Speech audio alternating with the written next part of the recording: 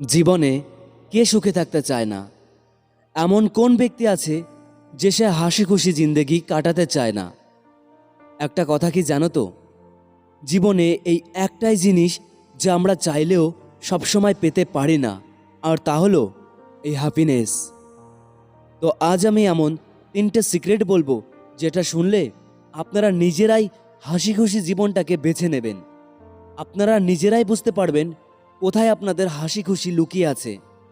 আর এত কিছু জানার পর আমার বিশ্বাস আপনারা নিজে থেকেই বাঁচতে শিখবেন, নিজে থেকে একা থাকতে শিখবেন, খুঁজে পাবেন জীবনের সত্যিকারের বাঁচার মানে।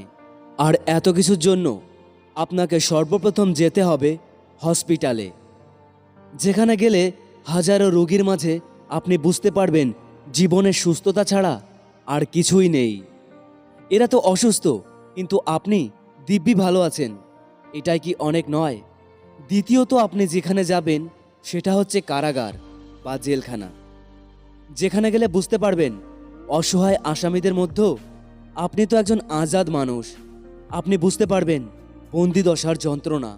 সবশেষে আপনাকে যেখানে যেতে হবে, শ্মশান বা কবরস্থান, যেখানে গেলে বুঝতে পারবেন জীবনে আপন বলে কিছুই নেই। আপনি বুঝতে পারবেন যা কিছুই আপনার আজ আছে তা একদিন এখানেই দাফন হয়ে যাবে। আপনি কোনো কিছু নিয়েও আসেননি আর নিয়েও যাবেন না। সব কিছুই একদিন এই চিতার আগুনে দাও দাও করে জ্বলে উঠবে, নয়তো চলে যাবে গোড়ের নিচে। তাই কিসের এত চিন্তা করছেন? কোন দুঃখে বেঁচে আছেন বলুন তো? কারোর প্রতি কোনো বিশ্বাস রেখো না, কারোর প্রতি কোনো ভরসা রেখো না। জীবনটা বেশি সিরিয়াস না নিয়ে যতটা পারো সবার সাথে হাসি খুশি দুঃখগুলো শেয়ার করো। একদিন তো খালি হাতেই ফিরতে হবে, তাহলে মাঝখানের দিনগুলিতে এত দুঃখ এত কষ্ট কেন নিচ্ছ? জীবন মানেই যুদ্ধ, আর আমরা কেবল এই যুদ্ধের সেনাবাহিনী। যদি কিছু পরাজিত করতেই হয়, তবে জীবনের সাথে জমে থাকা খারাপ অভ্যাস এবং কষ্টগুলিকে পরাজিত করব, কখনোই ভেঙে পড়ব না। তাই মনে রেখো, ওই এক পলকের খুশিটা আমাদের আজ ভীষণ জরুরি।